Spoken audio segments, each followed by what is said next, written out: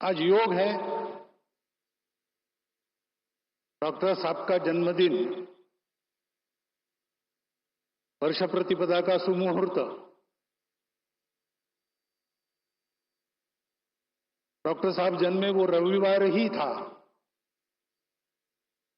उनके बाद जिन्होंने संघ की बागडोर संभाली, पूजनीय श्री गुरु जी, उनके नाम का प्रकल्प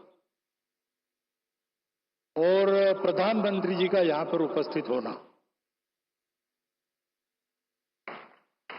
ये सारे शुभयोग यहां पर एकत्रित है। और ये सारे शुभयोग एकत्रित होते हैं तो उसके लिए तपस्या करनी पड़ती है। माधव नेत्रालय के कार्यकर्ताओं की गत अनेक वर्षों की तपस्या के हम सभी साक्षी हैं। तपस्या से पुण्य अर्जित होता है, पुण्य से फल मिलता है, लेकिन वो फल अपने लिए न रखते हुए उसका विनियोग भी लोक कल्याण के लिए ही करना, इस वृत्ति से वो तपस्या आगे चलती है और ऐसी ही चल रही है। क्योंकि इसके पीछे जो प्रेरणा है वो प्रेरणा संघ विचार की प्रेरणा है। संघ विचार की प्रेरणा यानी वो प्रेरणा स्वार्थ की प्रेरणा तो नहीं ही है, भय या प्रतिक्रिया की भी प्रेरणा नहीं है, न कोई मजबूरी है। शुद्ध सात्विक प्रेम, यही वह प्रेरणा है। अपना समाज है, अपने समाज में दृष्टिहीनों के उपचार सबके पास जाए, सबको मिले, ये एक समस्या बनी रहे, ये समाज को शोभा नहीं देता। ये समाज मेरा है, इसलिए मेरा जो भी सामर्थ्य है वो लेके मैं इस समस्या के लिए जो कुछ कर सकता हूं करूंगा, करते रहूंगा, प्रामाणिकता से, निस्वार्थ बुद्धि से, तन मन धन पूर्वक। सब क्षेत्रों में संघ के स्वयंसेवक जो कार्यरत है, इसी प्रेरणा से कार्यरत है। रामटेक की यात्रा में 1926 में यात्रा के सुव्यवस्थापन के लिए स्वयंसेवकों ने जो काम किया, वह भी इसी प्रेरणा से किया।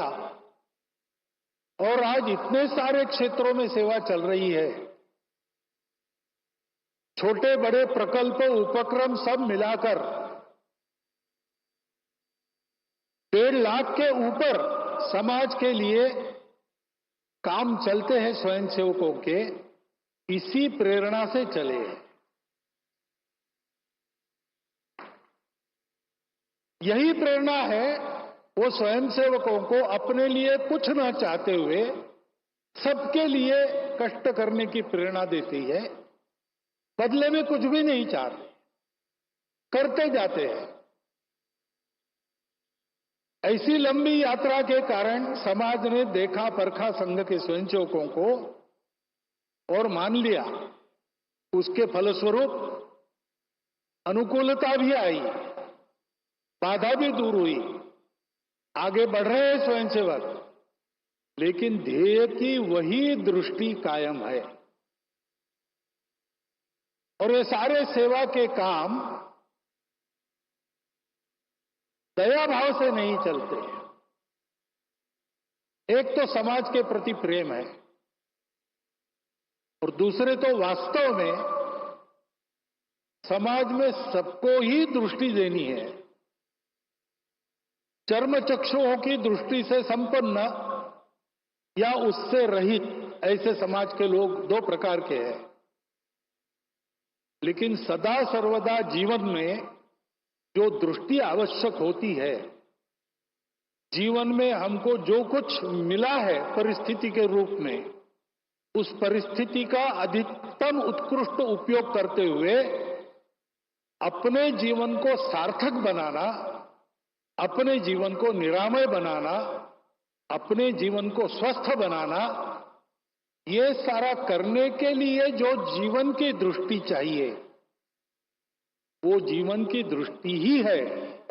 और उस जीवन के दृष्टि का सारा उसमें वर्णन है सेवा। एकांत में आत्मसाधना, लोकांत में परोपकार, ऐसा जीवन सूत्र हमारी परंपरा में है।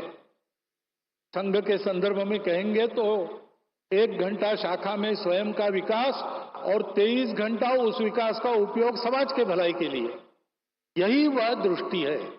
और वह दृष्टि देने के लिए ये सारे काम चलते हैं। ये सारे काम इसी दृष्टि से चलते हैं, इसलिए उत्तम चलते हैं। और ऐसे ही उत्तम चलते रहेंगे। अनुकूलता पाने के बाद भी, साधन संपन्नता होने के बाद भी करने वालों का भाव यही रहेगा, तब उस साधनों का उपयोग भी अच्छी तरह होकर समाज लाभान्वित होगा। केवल लाभान्वित नहीं होगा, समाज विश्व को लाभान्वित करने के लिए योग्य बनेगा और विश्व के जीवन में अपनी भूमिका को ठीक से अदा करेगा। इन सारे सेवा कार्यों से यही हो, इस इच्छा से स्वयंसेवक काम कर रहे।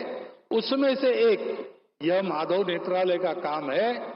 आज वर्ष प्रतिभागिता के दिन उनको सब प्रकार की शुभेच्छा मैं देता हूं, आपको भी देता हूं।